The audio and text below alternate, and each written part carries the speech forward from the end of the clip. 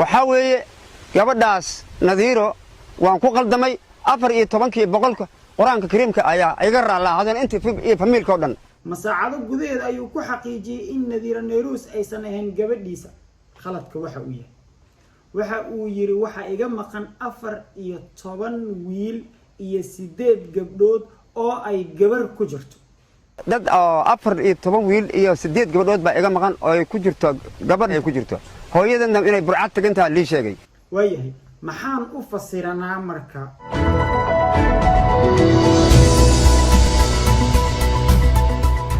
سمسمي سلامين سماها جعلي صومالي ذو إذل وقتي ويوه هيدين وعناض صحاف جنال أي تساني يقد داون إنسان سعد وإنت يدين تهي صارونا والصحاف ودير جرو مخالعس ولكن الدعوة ديال وحى وكسب سنة هاي أبيه سعدك هرشيجي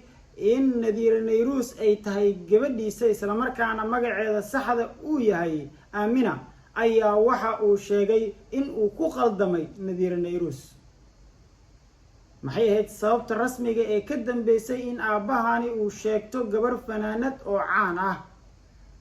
ma jira arrimo kale oo bulshadu ay saadaalinayso kaasoo ku aadan in wadaadkan ama odaygan 72 jirka ay gadaal ka soo riixayaan shakhsiyaad mucaarad ku ah ama nacib Nadiira Nayruus muuqaalkii gaabnaa uu jawaabta raaligelinta ku bixiyay ma jira isla muuqaalkaasi khaladaad ku jiro inta ay in kasii badan ayaad muuqaalkan ku daawan doontaan haddii alla weyne laga helo saxaaf ayaad la socodsiinaydu kuna waa daawanaysaan u diyaar garow iyadoo dhammaystiran sida hordhac barnaamijkaba aad ku daawateen waxaa raaligelin buuxda bixiyey aabbo Soomaaliyeed oo dhawaan shaaciyay in Nadiira Nayruus fanaanada caanka ah ee ku caan baxday qoobka ciyaarka ay tahay gabadhiisa isla markaana magaceeda saxda uu yahay Aamina waa sidoo isagu hadalka u dhigay waxa uu sheegay in isaga iyo waliba xaaskiisa ay kala lumeen marka ay taariikhdu ahayd 1991 xilligaasi oo burbur uu ka dhacay wadanka Soomaaliya waxa uu kaloo xilliga cadeeyay in xaaskiisa ay u carartay Hargeysa isagana uu aaday Gado waa sidoo markii hore hadalka u dhigay waxyaabo kale aad u fara badan ayuu sheegay xilligaas laakiin muuqaalka hadda uu baahiyay waa uu ka duwan yahay kii hore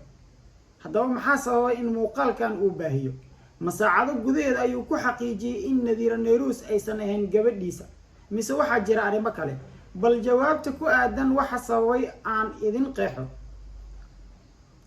in jawaab degdeg uu bixiyo waxa sababay Nadiira Nayruus oo soo gashay qayb kamid ah baraha bulshada ee isticmaasho isla markaana warbixinta isaga uu sii daayay dafirtay ama qaadacday sheegtayna in aabaheeda uu dhintay magaciisa saddexna sheegtay sidoo kale qaar kamid ah daawadayaasha oo kommentiyada ku soo hadlay waxay sheegeen in ay garanayaan Nadiira Nayruus aabaheed taa markay dhacday waxa baraha bulshada dhan isla qabsaday hadalkaas waxaana laga yaabaa sida in dhergaradku ay xaqiijinayaan in aabihii sheegtay in Nadiira Nayruus uu dhalay magaceedana Aamina ay tahay in uu gaaray muuqaalkii ay soo dhigtay baraha bulshada sidoo kale Nadiira Nayruus intay hadlaysay waxay weerartay qofka kaamirada ka duway ama kaamirada gadaasheed taagnaa oo ay u qaadatay ama ay sheegtayba in wararka iyo warbixinada uu aabahaasi soo bandhigay qofkaasi uu ka dambeeyay yaan sheekadan idinku daalin horay ayaad muuqaaladii la soo dhaafay uga daawateen bal haatan aan gudogalo aabihii dhahay Nadiira Nayruus waa gabadheeda oo haatan la dafirayo isaga isburinayo oo markii hore yiri anaa dhalay haddana dhahay raaligelin ayaan bixinaya sidoo kale qaybaha dambe waxaan idin hayaa muuqaal yar oo daqiiqad aan dhameyn oo la baahiyay daqiiqad intaan dhameyn oo qalad aan ka dhaxelay qaladkaasina aan idin sheegi doono haddii alla weyne laga helo bal marka hore muuqaalka aan wada daawano iyo raaligelinta uu bixinayo aabahan Soomaaliyeed ee 72 jirka isla markaana go'anaya in ilmo aad u fara badan ay ka maqan yihiin muuqaalka markii aad daawataan ayaan isku soo laabanayna gabadhaas oo hadda Nadiira Nayruus macnaha gabar dad 14 wiil iyo 8 gabdhood baa iga maqan oo ay ku jirto gabadh ay ku jirto hooyadeedna inay burcad tagantaa lii sheegay wasaaradda gaashaandhigga Soomaaliya ayaan ka shaqeynaa aniga nin sargaal baan ahay haddana gobolka Gada ayaan aniga naag reer dalal ma guursanin waxaan guursaday naag isaaq ah oo ciidan gala ah waxa weeye gabadhaas nadiiro waan ku qaldamay 14 boqolka quraanka kariimka ayaa iga raala hadan inta iyo familka oo dhan waka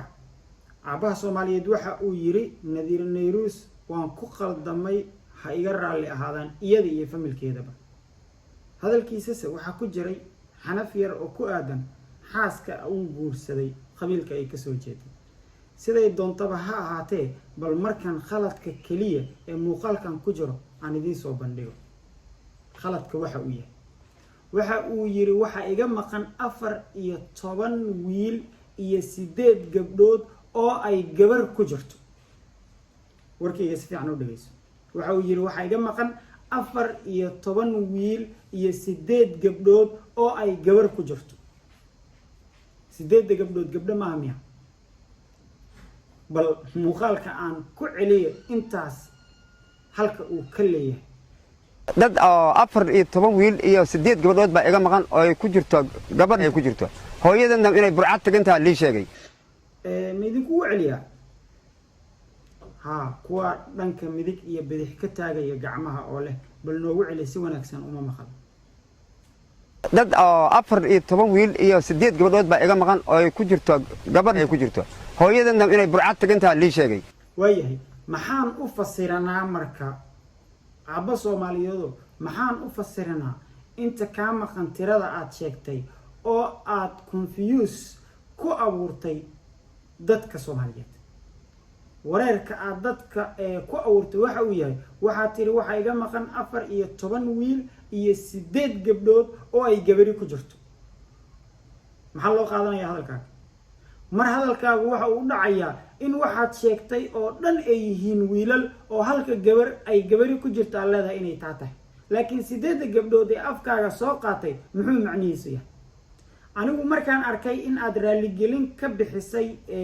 qaladkii dhacay waxaan qaatay in muuqaalkii hore qaladaadkiisa aan meeshiisa ku ekeeyo oo aan soo faagfaagin laakiin kilibkan yar ee daqiiqada ka yar ee baraha bulshada wareegayo oo hal qalad lagu helay haddii 10 daqiiqo aad duubi lahayd meeqa qalad ayaa lagu heli lahaa dadku qaarkii waxay arimahan oo dhan u saariyeen qaar ka mid ah shakhsiyaad aad u neceb dagaalna uu kala dhaxeeyay Nadiir Nayrus haddaba su'aasha isweydiinta mudan ayaa waxay tahay haddii Nadiir Nayrus aad isnecebtihiin ama dagaal uu kala dhaxeeyo ma waxaad soo ijaaranaysaa ama aad soo kiraysanaysaa aabba 72 jir ah si hadafkaaga aad u gaarto macnaheedu maaha inaad soo kiraysato laakiin haddii ay jirtaba in khilaaf uu kala dhaxeeyo Nadiir Nayrus ma sidaas baad samayn lahayd haddaba ilaahay baa naga og in aabuhu wareer maskaxdiisa haysto sabab la xiriira uu hadalkan isdawmarinayo ama gafka hadalka uga dhacayo laakiin sida muuqato hadalka uu sheegayo haddii maskaxdiisu ay tamaam tahay wax badan inuu ka qaldan yahay isla markaana ay sheekadan u baahan tahay raadraac aad u baaxad weyn in lagu sameeyo sababtu waxay tahay haddii aan anigu meel la soo istaago 14 wiil iyo 8 gabdhood ayaa iga maqan oo gabari ay ku jirto macnaha dadka ay u qaadanayaan horey baa waxaa loo yiri hadal waa margoo kale hadba meel u jiid iyadoo taasi ay dhicin oo ay dadku fasirinin ayaa haddana waxa ay jirtay in hadalkaagi uu qalad ku jiro waxa kaloo macquul noqon karo mahmaada ama erayada ah qofna si u yiri qofna si u qaaday oo adigu qaab kale inaad ka damacsaneed reer baraha bulshadana ay qaab kale u qaateen laakiin kolba wareer uu ku dhex jiraa hadalkaaga kii hore iyo kanba kii horena waxaad lahayd hal mar ayaan Nadiir Nayrus la hadlay oo kadib maysan ila soo xiriirin muuqaalka qaybta dambena waxaad ku lahayd inta jeer oo ay la hadashay waxay tir waan ku imaanaya kii hore gaf baa ku jira kana gaf baa ku jira walow aad raali gelin bixinayso so labadii muuqaalba waxaa loo qaadanayaa in uu yahay mid gadaal laga riixayo oo markii ay arkeen dadka baraha bulshada sida falcelinta ay ugu sameeyeen inay kiisaska iska leexiyaan ilaahay baa naga og ayaan weli taaganahay annagu cilmul qaybka ama badniga waxa ku jiro ma soo saari karno laakiin wixii daahirka ah iyo wixii aad afkaaga ka tiraa baan ku xisaabin karnaa المهم مهمة برامج كان نصو قطوة حياة in bulshada aan gaarsiiyey raaligelinta uu bixiyey islamarkaana uu caddeeyey in nadiire nayruus uu ku khaldamay. waxaa taa iiga muhiimsanayd hadalkan isdabamaray ee mar labaad uu aabbaha soomaaliyeed ku yidhi waxaan dhalay 14 ama waxaa iga maqan 14 wiil iyo weliba 8 gabdhood oo ay gabari ku jirto. hadda muuqaalkeena idinku daalin, haatan nadiire nayruus waa beri oo waxaa caddaatay in sida ay sheegaysa ay arinku tahay. markii horena ay dadku wada aamineen in aabbaheeda uu geeriyooday, allah u naxariistee, aadanna uusan ahayn oo uu maxamed yahay, isaguna afkiisa haatan wuu ka qiray. haddii ay suuragal tahay in jawaab aan ka helno hadalladan isburinayo oo aabbaha soomaaliyeed uu leeyahay, haddii gadaal laga riixayo iyo haddii isaga ay kasoo burqatayba, waxaan jeclaan lahaa haddii mar kale baraha bulshada uu imaanayo aabbahaas ama lala imaanayo oo la keenayo in erayo saxan oo isku toosan oo aan wax su-aala ka imaanin in uu la yimaado baraha bulshada. gudahaan daawadayaal intaa ayaan kusoo gabagabaynayaa muuqaalkan xiisaha badnaa aan kaga hadlayay aabihii soomaaliyeed ee dhowaan sheegtay in nadiire nayruus uu dhalay, raaligelin uu ka bixiyey, islamarkaana uu sheegay inuu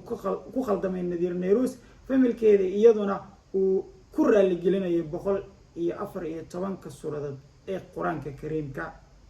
6666 aayadood ee qur-aanka kariimka, intaa iyo in kasii badanba. laakiin muhiimadu ahayd in aan qaladkii uu hadalkiisa ku dhex yiri aan idiin soo bandhigo. dib intaynu mid lacayn barnaamij noocaan oo kale ugu kulmi doono, waxaan idinkaga tegayaa samey salaama, idina waad ku mahadsantihiin daawashada muuqaalkan. wasalaamu ullaahi calaykum waraxmatullaahi tacaala wabarakaatu. nabadgeen.